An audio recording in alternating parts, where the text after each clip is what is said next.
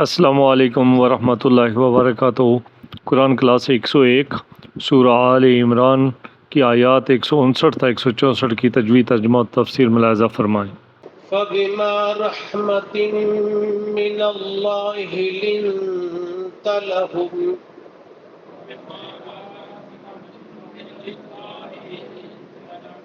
فبما رحمة من الله لنت لهم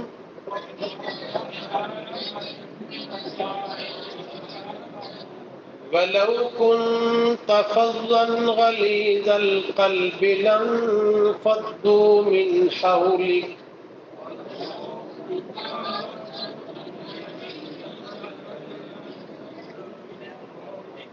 ولو كنت فظا غليظ القلب لانفضوا من حولك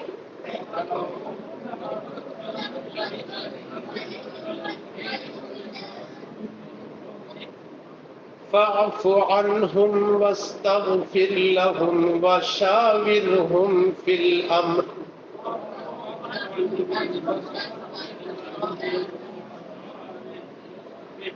فإذا عزمت فتوكل على الله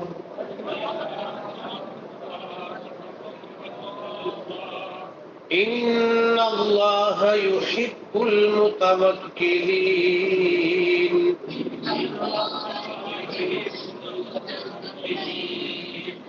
إن ينصركم الله فلا غالب لكم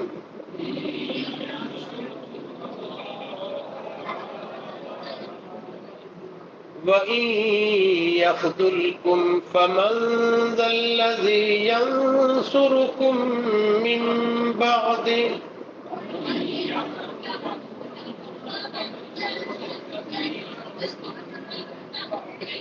وَإِن يَخْذُلْكُمْ فَمَنْ ذَا الَّذِي يَنْصُرُكُمْ مِنْ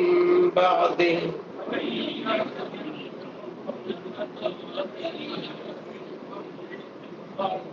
وعلى الله فليتوكل المؤمنون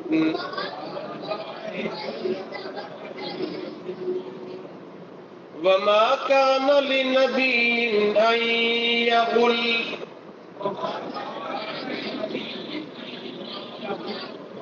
وما كان لنبي أن يغل ومن يغلل يأت بما غل يوم القيامة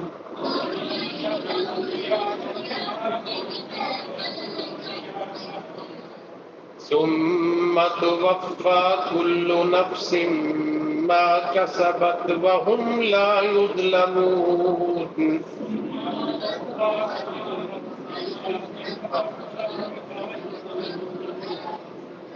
أفمن اتبع رضوان الله كمن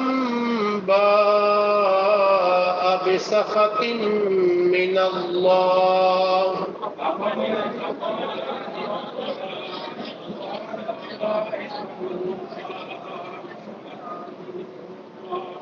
أفمن اتبع رضوان الله كمن باء بسخط من الله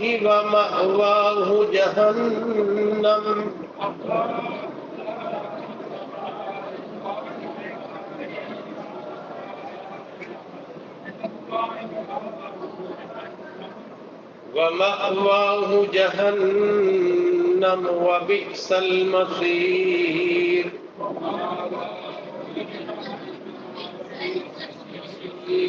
هم درجات عند الله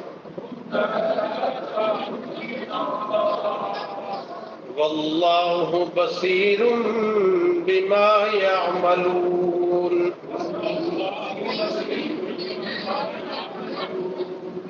لقد من الله على المؤمنين إذ بعث فيهم رسولا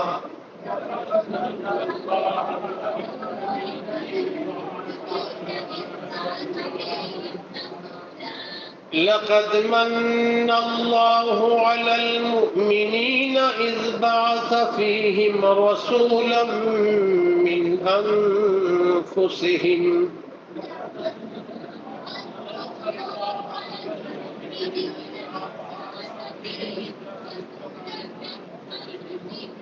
يتلو عليهم آياته ويزكيهم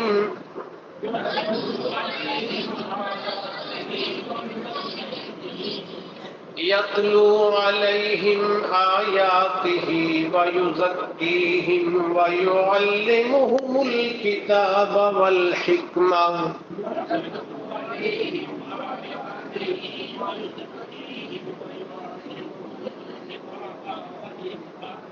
وَإِن كَانُوا مِن قَبْلُ لَفِي ضَلَالٍ مُبِينٍ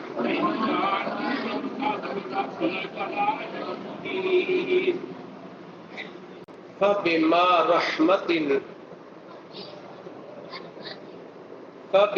رَحْمَةٍ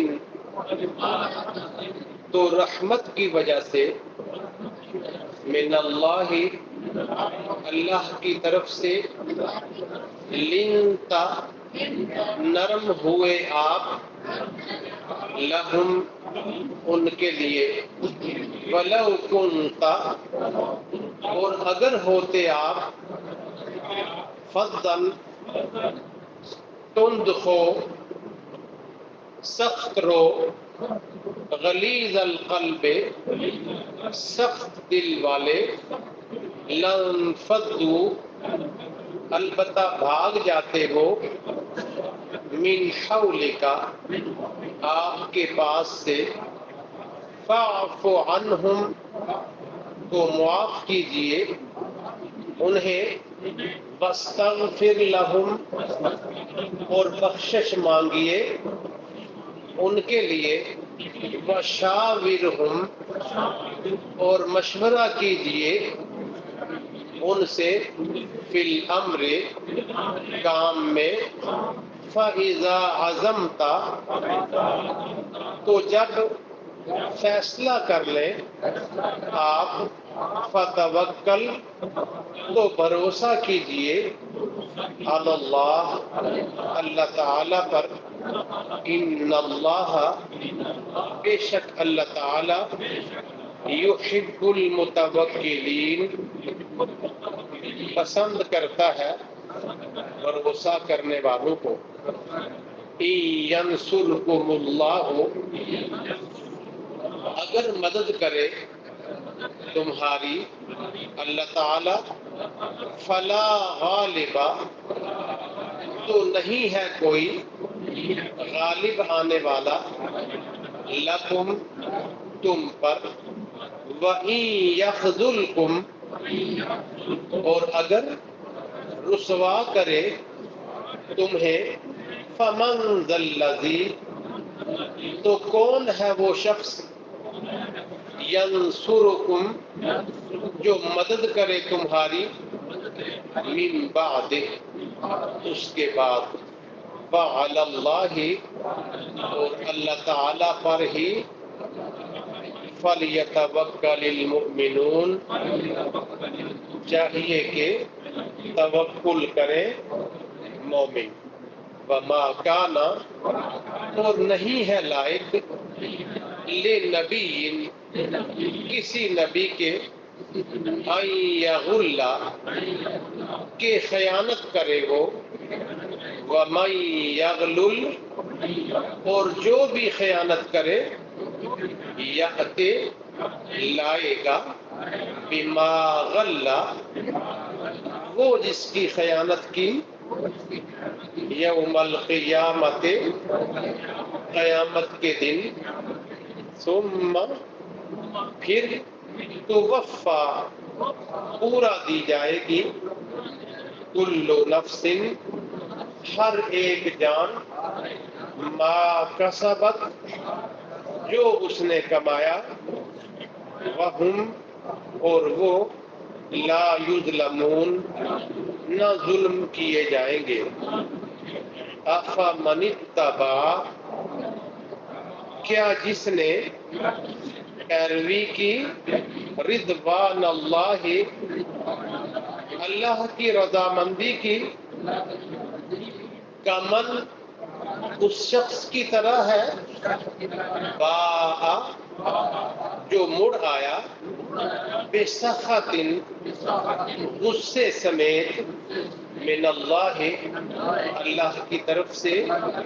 ومأواہ اور جگہ اس کی جہنم جہنم ہے، وبئس المصیر اور کیا ہی برا ٹھکانہ ہے، ہم درجات ان کے درجے ہیں، عند اللہ اللہ کے ہاں، واللہ اور اللہ تعالی، بصیر دیکھنے والا ہے، بما یعملون اسے جو عمل کرتے ہیں وہ، لقد من اللہ بلا شبہ احسان فرمایا اللہ تعالی نے، علی المؤمنین مومنوں پر، اذ بعث جب بھیجا، فیہم ان میں، رسولا ایک رسول، من انفسہم انہی میں سے، یتلو جو پڑھتا ہے، علیہم ان پر، آیاتہ اس کی آیتیں، ویزکیہم اور پاک کرتا ہے انہیں، ویعلمہم الکتاب اور سکھلاتا ہے انہیں کتاب، والحکمت اور حکمت، وَإِن كَانُوا اور بے شک تھے وہ، من قبل اس سے پہلے، لفی ضلال مبین البتہ واضح گمراہی میں۔ سورہ آل عمران ہم پڑھ رہے ہیں۔ پچھلے کئی ہفتوں سے غزوہ احد کی تفصیل، اس کے معاملات اور اس کے نتائج ہم پڑھتے چلے آ رہے ہیں۔ دوران طالب علمی ہم جب کسی بھی جنگ کو پڑھ رہے ہوں تو 3 نکات ہوتے ہیں، ایک اس کے اسباب، دوسرا اس کے واقعات اور تیسرا حصہ اس کے نتائج۔ یہ اللہ کی توفیق سے ہم گزشتہ کئی ہفتوں سے ترتیب بار پڑھتے چلے آ رہے ہیں۔ آج کے سبق کے مختصر نکات پہلے ذکر کر کے پھر قرآن کی آیات کی طرف چلتے ہیں۔ جب انسان کا کسی کے ساتھ معاملہ ہو، اگر تو قریبی تعلق ہو تو پھر تو مرضی کے جملے، الفاظ، معاملات، رویے، اگر کسی کا رویہ اس سے مختلف ہو، بالعکس ہو، کوئی آپ کے ساتھ اچھا نہ ہو، پھر آپ نے اس کے ساتھ کیسے رہنا؟ نبی صلی اللہ علیہ وسلم کا دعوت کی زندگی کے دوران اپنے مخاطبین کے ساتھ کیسا رویہ تھا؟ آپ ان کے ساتھ دعوت کے عمل کے دوران کس طرح کا برتاؤ کرتے تھے؟ ان کی طرف سے آنے والی مخالفت کا کس طرح جواب دیتے تھے؟ آج کے سبق میں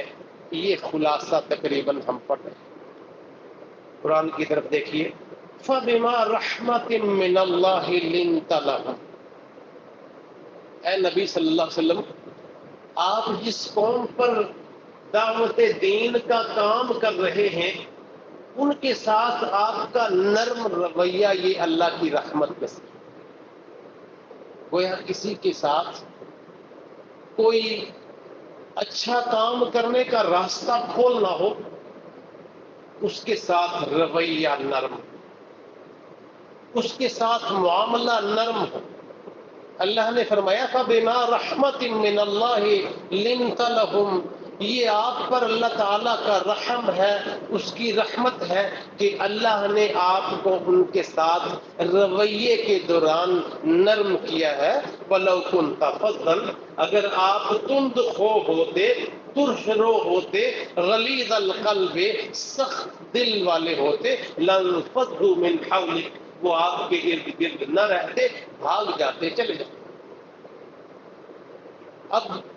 آپ نے ان کے ساتھ کس طرح کا انداز اختیار کرنا ہے، اس سے پہلے اپنا نبی علیہ الصلوۃ والسلام کی امت کے درمیان اپنا سٹیٹس اور اپنی حیثیت ہم دیکھ لیں کہ اللہ کے نبی علیہ الصلوۃ والسلام اللہ کے آخری نبی، آپ جاتے ہوئے اپنے کیے ہوئے سارے کاموں کی ذمہ داری ہمارے ذمے لگا کے گئے. اب ہم آپ علیہ الصلوۃ والسلام کے اس دنیا میں آپ کے دین کو آگے چلانے اور پہنچانے کے ذمہ دار ہیں، کوئی اس سے مستثنا نہیں. تو اللہ نے اپنے نبی کو فرمایا کہ اب آپ کی نرمی کی وجہ سے وہ آپ سے دور نہیں بھاگے، قریب ہیں. اب آپ نے ان کے ساتھ کرنا کیا ہے، بھلے وہ آپ کی مخالفت میں جس طرح کے بھی کام کر رہے ہوں، فاعف عنہم.